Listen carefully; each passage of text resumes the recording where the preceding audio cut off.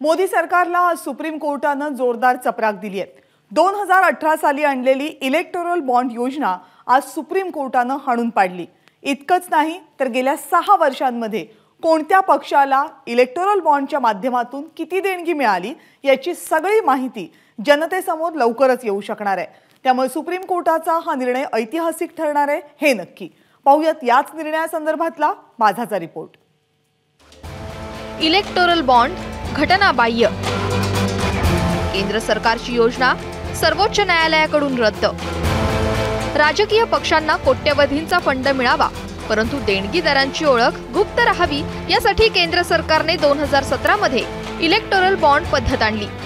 पण 8च वर्षात हे इलेक्टोरल बॉन्ड सर्वोच्च न्यायालयाने घटनाबाह्य ठरवलंय। राजकीय पक्षांकडे पैसा कुठून येतो आणि कुठे जातो हे जाणून घेण्याचा अधिकार नागरिकांना आहे असं म्हणत सरन्यायाधीशांच्या अध्यक्षतेखालील 5 न्यायाधीशांच्या घटनापीठाने हा निर्णय दिलाय। एसबीआयने आतापर्यंत राजकीय पक्षांकडून घेतलेल्या इलेक्टोरल बॉन्डची माहिती ही निवडणूक आयोगाला सादर करावी आणि तो अहवाल निवडणूक आयोगाने आपल्या संकेतस्थळावर प्रसिद्ध करावा असेही आदेश सर्वोच्च न्यायालयाने दिले आहेत। इलेक्टोरल बॉन्ड म्हणजे नेमकं काय आणि त्याचा पक्षांना कसा फायदा होतो ते समजून घेऊया। इलेक्टोरल बॉन्ड हे राजकीय पक्षांना देणगी देण्याचं आर्थिक साधन आहे। कोणताही नागरिक किंवा कंपनी भारतीय स्टेट बँकेच्या निवडक शाखांमधून इलेक्टोरल बॉन्ड खरेदी करू शकतो। आपल्या पसंतीच्या राजकीय पक्षाला निनावी फंड देऊ शकतो। केंद्र सरकारने 2017 मध्ये इलेक्टोरल बॉन्ड योजनेची घोषणा केली। जानेवारी 2018 पासून ही योजना लागू करण्यात आली। एसबीआयने 1000, 10,000, 1 लाख, 10 लाख, 1 कोटींचा बॉन्ड विक्रीसाठी आणला। निवडणूक आयोगाला विविध राजकीय पक्षांनी आपला वार्षिक आर्थिक अहवाल दिलाय।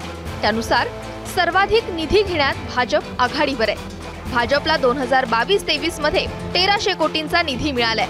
हा निधी काँग्रेसला मिळालेल्या निधीच्या 7 पट जास्त आहे। काँग्रेसला 171 कोटी रुपयांचा निधी मिळालाय। सगळ्यात जास्त इलेक्टोरल बॉन्ड कुठल्या पक्षामध्ये तुम्हाला माहिती आहे? भारतीय जनता पक्षाचे 5000 कोटी रुपयाचे इलेक्टोरल बॉन्ड फक्त एका पक्षाकडे आणि त्याच्या पक्षाचं नाव भ्रष्ट जुमला पार्टी म्हणजे भारतीय जनता पार्टी असं आहे। कारण हा इलेक्टोरल बॉन्डचा विषय अतिशय महत्त्वाचा आहे। या देशात माझा आरोप नाहीये पण याची जांच झाली पाहिजे की एवढा मोठा आणि मी म्हणत नाहीये सुप्रीम कोर्ट म्हणतंय 1 रुपया जर बॉन्ड आला असेल तर त्याच्यातले 98 पैसे बीजेपीला गेलेत। 20-20 हजार कोटी रुपयाचे बॉन्ड झालेत, कोणाला गेलेत?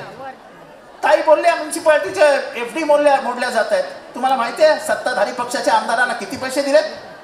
एकेकाला 1000 कोटी रुपये मिळालेत, 1000 कोटी कामं करायला। आणि हे लुटायला बसलेलं सरकार ते प्रचंड प्रमाणात लुटतायत आणि मुंबई कंगाल करतायत। हे संपूर्ण असंवैधानिक ठरत असताना तो पैसा सुद्धा ज्यांच्याकडून आला त्यांना परत देण्याचं काम परत करावंच लागेल असाही निर्णयामध्ये असल्यामुळे मला वाटतं आता भारतीय जनता पक्षाने जे धनशोषण करून स्वतःच्या पक्षाला मोठा एक गबाळ उपलब्ध करून देत होतं या माध्यमातून त्यातून मात्र आता सर्वोच्च न्यायालयाने खऱ्या अर्थानं लोकशाही संरक्षणाचं काम केलंय असं म्हणता येईल। निवडणुका तोंडावर आल्यात अशातच इलेक्टोरल बॉन्ड घटनाबाह्य ठरवण्यात आलाय। त्याचा परिणाम अर्थातच पक्षांना होणाऱ्या फंडिंग मध्ये होणार आहे।